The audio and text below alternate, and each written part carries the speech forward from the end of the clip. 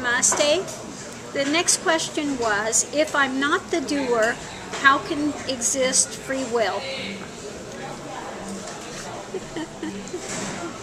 Well, as long as there is ego, there is the free will. You're making choices in your life. Okay? So how can you say you have no free will? You have free will. And as long as you have free will, you have the wheel of karma. Okay? So that's what happens. As long as you want the throne of ego, there is free will to make the choices in your life, but you have the karmic experiences that come out of that as well. So one can't say, I'm not the doer. You know, you are not the ultimate doer. The energy all has to come from that God energy within.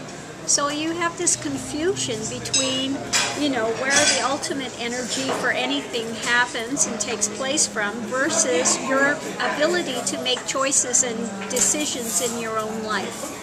Okay? So as long as there's a persona in place, it's in the mind, and the mind is making decisions and choices at every moment. So in that, yes, you have free will. You have free will to walk this path.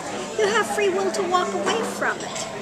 Okay, you have free will to be a vegetarian. You have free will to not be a vegetarian. You have many, many opportunities of free will. Doesn't mean that you can do whatever you damn well please. There are consequences to the actions. You know, if you get angry enough at somebody and you kill somebody, you have the repercussion. You're going to go to jail.